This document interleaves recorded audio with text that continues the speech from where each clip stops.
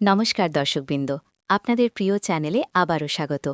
আমি আপনাদের সঞ্চালিকা, আর আজ আমি আপনাদের জন্য নিয়ে এসেছি এক নাম প্রকাশে অনিচ্ছুক এক অনুরাগী বন্ধুর পাঠানো এক অসাধারণ, গভীর, আবেগপূর্ণ এবং রোমাঞ্চকর গল্প।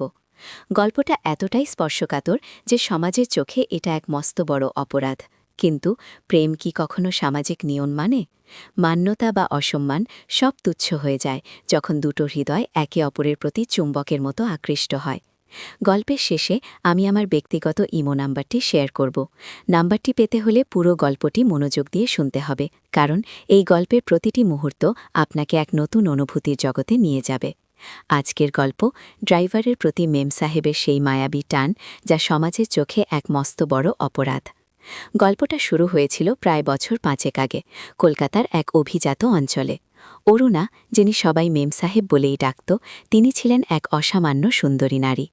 40-এর কোঠায় পা দিলেও তার রূপে বয়স হার মেনেছিল। তার শরীরী লাবণ্য, চোখের গভীর মায়া আর হাসির মিষ্টি ঝিলিক যে কাউকে মন্ত্রমুগ্ধ করার জন্য যথেষ্ট ছিল।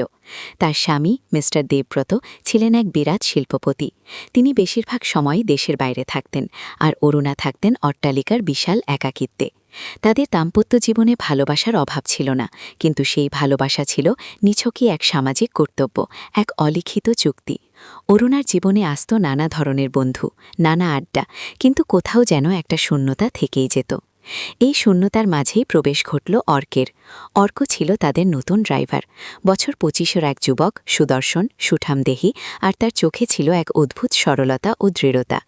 অরুণার বাড়ির পুরনো ড্রাইভার হঠাৎ অসুস্থ হয়ে পড়ায় দেবব্রতর এক পরিচিতের সুপারিশে অর্ক আসে। প্রথম দিন থেকেই অরুণার মনে অর্কের প্রতি এক অন্যরকম টান অনুভব হয়েছিল। অর্কের সাধারণ পোশাকেও এক ধরনের আভিজাত্য ছিল। কথা বলতো কম, কিন্তু যখন বলতো তার স্বর ছিল গভীর, গম্ভীর, যা অরুণার মনে এক শিহরণ জাগিয়ে তুলত। প্রথম কয়েকদিন অরুণা কেবল অর্ককে দেখত।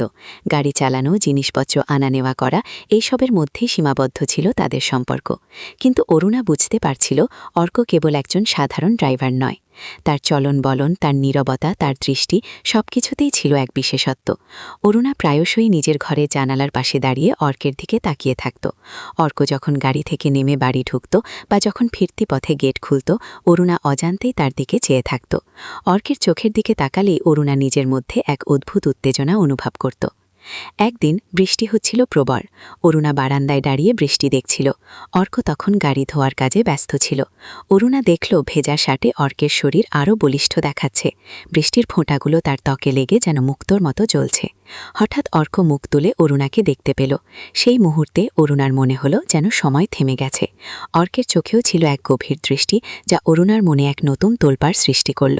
তাদের দৃষ্টি বিনিময় হলো কয়েক মুহূর্তের জন্য, আর সেই কয়েক মুহূর্তই অরুণার মনে গেঁথে গেল এক তীব্র আকর্ষণের জন্ম দিয়ে।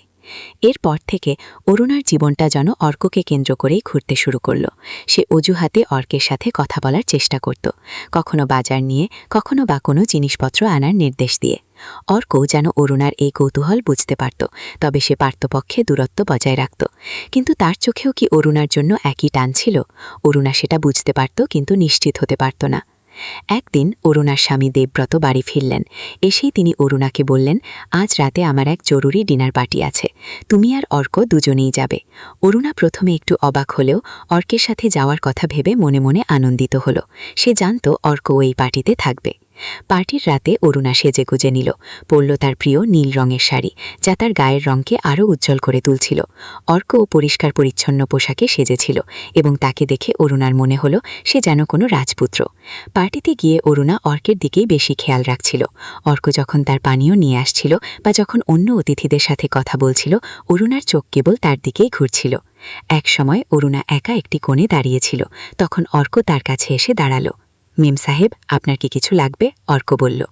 অরুণার মনে হলো এই প্রথম অর্ক তাকে মেম সাহেব বলে সম্বোধন না করে কেবল আপনি বলে ডেকেছে। না, কিছু লাগবে না, অরুণা আলতো করে উত্তর দিল।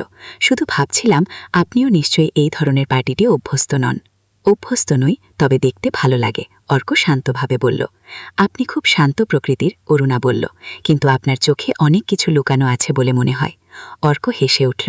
সেই হাসিতে ছিল এক অব্যক্ত যন্ত্রণা, যা অরুণার হৃদয় স্পর্শ করল। সবাইয়ের জীবনে কিছু না কিছু লুকানো থাকে মেম সাহেব, অর্ক বলল। সেই রাতে অরুণা বুঝতে পারল অর্কের প্রতি তার টান কেবল শারীরিক নয়, এটা তার থেকেও অনেক গভীরে। অর্কের সরলতা, তার নীরবতা, তার ভেতরের কষ্ট সবকিছুই অরুণাকে আকর্ষণ করত। পরের দিন অরুণা অর্ককে দিয়ে একটি উপহার পাঠাল, একটি দামি ঘড়ি। অর্ক সেটা গ্রহণ করতে প্রথমে ইতস্তত করলেও অরুণার অনুরোধে রেখে দিল। এই উপহার আদান প্রদান তাদের মধ্যে এক অদৃশ্য বন্ধন তৈরি করল। একদিন অরুণা গাড়ি করে কোথাও যাচ্ছিল। হঠাৎ অর্ক ব্রেক কষল। কি হলো, অরুণা জিজ্ঞেস করল। সামনে একটি বাচ্চা ছেলে রাস্তা পার হচ্ছিল মেম সাহেব, খেয়াল করেননি, অর্ক বলল। অরুণা দেখল সত্যি একটি ছোট ছেলে প্রায় গাড়ির সামনে এসে পড়েছিল। অর্কের দ্রুত প্রতিক্রিয়ার জন্য তারা রক্ষা পেল। অরুণা অর্কের দিকে কৃতজ্ঞ দৃষ্টিতে তাকালো। আপনি সবসময় খুব সতর্ক থাকেন, অরুণা বলল। আমার জীবনে সবথেকে বড় শিক্ষা হলো সবসময় সতর্ক থাকা, অর্ক বলল। অরুণা সেই রাতে বাড়ি ফিরে ভাবছিল অর্কের জীবনে কি এমন হয়েছিল যে তাকে এতটা সতর্ক থাকতে হয়। তার মনে হচ্ছিল অর্কের জীবনে প্রতিটি মুহূর্ত যেন কোনো গভীর রহস্যে ঘেরা। এরপর থেকে তাদের মধ্যে কথোপকথন একটু একটু করে বাড়তে লাগলো।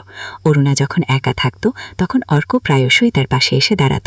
কখনো বাগান নিয়ে কথা বলতো, কখনো বা পুরনো দিনের গান নিয়ে। অরুণা অর্কের মুখে পুরনো দিনের গান শুনে অবাক হতো। অর্ক জানত অরুণা কোন গান ভালোবাসে, কোন ধরনের সিনেমা দেখতে পছন্দ করে। যেন অরুণার সব শখ, সব আবদার সে আগে থেকেই জানত। একদিন অরুণা বাড়িতে খুব একা বোধ করছিল। তার স্বামী দেবব্রত আবার 1 মাসের জন্য বিদেশে চলে গেছেন। অরুণা নিজের ঘরে বসে কাঁদছিল। তখন অর্ক দরজায় নক করল।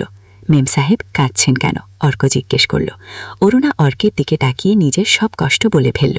একা লাগে, ভালো লাগে না, কেউ বোঝে না, এইসব। অর্ক চুপচাপ সব শুনল। তারপর অরুণার পাশে এসে বসল। আপনার একা লাগলে আমায় জানাবেন, অর্ক বলল। আমি সবসময় আপনার পাশে আছি। অরুণার মনে হলো এই প্রথম কেউ তাকে এতটা আপন করে বলল। অর্কের সান্নিধ্য তাকে এক অদ্ভুত শান্তি এনে দিল। সেই রাতে অরুণা অর্কের কাঁধে মাথা রেখে ঘুমিয়ে পড়ল। অর্ক তাকে আলতো করে জড়িয়ে ধরল। সেই মুহূর্তটি ছিল তাদের জীবনের এক নতুন অধ্যায়ের সূচনা। সেই রাতে তাদের মধ্যে শারীরিক সম্পর্ক হলো, এক নিষিদ্ধ, অন্যায় কিন্তু তীব্র আবেগপূর্ণ সম্পর্ক। অরুণা বুঝতে পারছিল সে যা করছে তা ভুল, সমাজের চোখে এটা এক বিরাট পাপ, কিন্তু অর্কের প্রতি তার আকর্ষণ এমন এক পর্যায়ে পৌঁছে গিয়েছিল যে সে নিজের ওপর আর নিয়ন্ত্রণ রাখতে পারছিল না। অর্কের স্পর্শে, তার ভালোবাসায় অরুণা যেন এক নতুন জীবন খুঁজে পেল। অর্ক অরুণার মধ্যে খুঁজে পেল হারানো শান্তি। এরপর থেকে তাদের গোপন মিলন নিয়মিত হতে লাগলো। যখনই দেবব্রত বাড়িয়ে থাকত অরুণা অর্কের সাথে সময় কাটাত। তাদের প্রেমের সম্পর্কটা ছিল এক গুপ্তধনের মতো, যা কেবল তারাই জানত। প্রতিটি গোপন মুহূর্ত তাদের কাছে ছিল অমূল্য। বৃষ্টির দিনে জানালার বাইরে যখন পৃথিবী ধুয়ে যাচ্ছিল তখন তারা একে অপরের সান্নিধ্যে, উষ্ণতায় একে অপরের গভীরে হারিয়ে যেত। অর্কের প্রতিটি স্পর্শ অরুণাকে এক অন্য জগতে নিয়ে যেত, যেখানে কোনো সমাজ নেই, কোনো নিয়ম নেই, কেবল আছে তাদের বিশুদ্ধ প্রেম। তাদের এই সম্পর্কের মধ্যে ছিল এক তীব্র রোম্যান্টিক উত্তেজনা। অরুণা যখন অর্কের চোখে চোখ রাখত তখন সে এক বিদ্যুতের ঝলক অনুভব করত। অর্ক যখন অরুণার হাত ধরত তখন তাদের আঙ্গুলের ফাঁক দিয়ে যেন এক অদৃশ্য স্রোত বয়ে যেত। অরুণার শরীরী ভাষা, তার নিঃশ্বাস, তার হৃদস্পন্দন সবকিছুই অর্কের কাছে এক নতুন আবেদন নিয়ে আসত। অরুণা যখন অর্কের বুকে মুখ গুজে দিত তখন তার সমস্ত ভয়, সমস্ত দ্বিধা দূর হয়ে যেত। অর্কের বাহুডোরে সে নিজেকে পৃথিবীর সবথেকে নিরাপদ এবং আদরের নারী বলে মনে করত। একদিন অরুণা আর অর্ক তাদের গোপন ভালোবাসার এক নতুন দিক উন্মোচন করল। অরুণা জানালো সে দেবব্রতর সাথে আর থাকতে চায় না, সে অর্কের সাথে নতুন জীবন শুরু করতে চায়। অর্ক অরুণাকে কথা দিল সে অরুণাকে কখনো ছাড়বে না, কিন্তু তাদের এই স্বপ্ন পূরণ হওয়া এত সহজ ছিল না। একদিন দেবব্রত হঠাৎ করে বাড়ি ফিরে এলেন। তিনি অরুণা আর অর্কের এই গোপন সম্পর্কের কথা জানতে পারেন। অরুণা আর অর্কের জীবন তখন এক চরম উত্তেজনার মুখে এসে দাঁড়ালো। দেবব্রতর চোখে ছিল এক অবিশ্বাস্য রাগ আর ঘৃণা। তিনি অরুণাকে বাড়ি থেকে বের করে দিতে চাইলেন। অর্ককে তিনি চাকরি থেকে বরখাস্ত করতে চাইলেন এবং তার উপর কঠিন শাস্তি দিতে চাইলেন। অরুণা আর অর্কের সামনে তখন এক কঠিন পরিস্থিতি। একদিকে তাদের তীব্র ভালোবাসা, অন্যদিকে সমাজের ভয়, অসম্মান আর দেবব্রতর প্রবল রোষ। অরুণা অর্কের হাত ধরে বলল, আমরা একসাথে লড়ব। অর্ক অরুণাকে আশ্বস্ত করল, আমি তোমাকে কোনোদিন একা ছাড়ব না। কিন্তু দেবব্রত এত সহজে ছাড়ার পাত্র ছিলেন না। তিনি অরুণা আর অর্কের এই সম্পর্কে শেষ দেখতে চাইলেন। অরুণা বুঝতে পারছিল তাদের এই গোপন প্রেম হয়তো খুব বেশি দিন গোপন থাকবে না, তাদের সামনে এক অনিশ্চিত ভবিষ্যৎ। কিন্তু এই গল্পের এখানেই শেষ নয়। তাদের প্রেমের পরিণতি কি হবে? তারা কি সমাজের চোখে অন্যায়ের এই পথে হেঁটেও সুখী হতে পারবে? দেবব্রতর রোষ থেকে তারা কি মুক্তি পাবে, নাকি তাদের এই নিষিদ্ধ প্রেম এক করুণ পরিণতির দিকে এগিয়ে যাবে? এই সমস্ত প্রশ্নের উত্তর পেতে হলে আপনাদের অপেক্ষা করতে হবে আমাদের পরবর্তী পর্বের জন্য। আপনাদের মতামত আমাদের কাছে খুব মূল্যবান। এই গল্পটি কেমন লাগলো তা জানাতে কমেন্ট বক্সে লিখুন।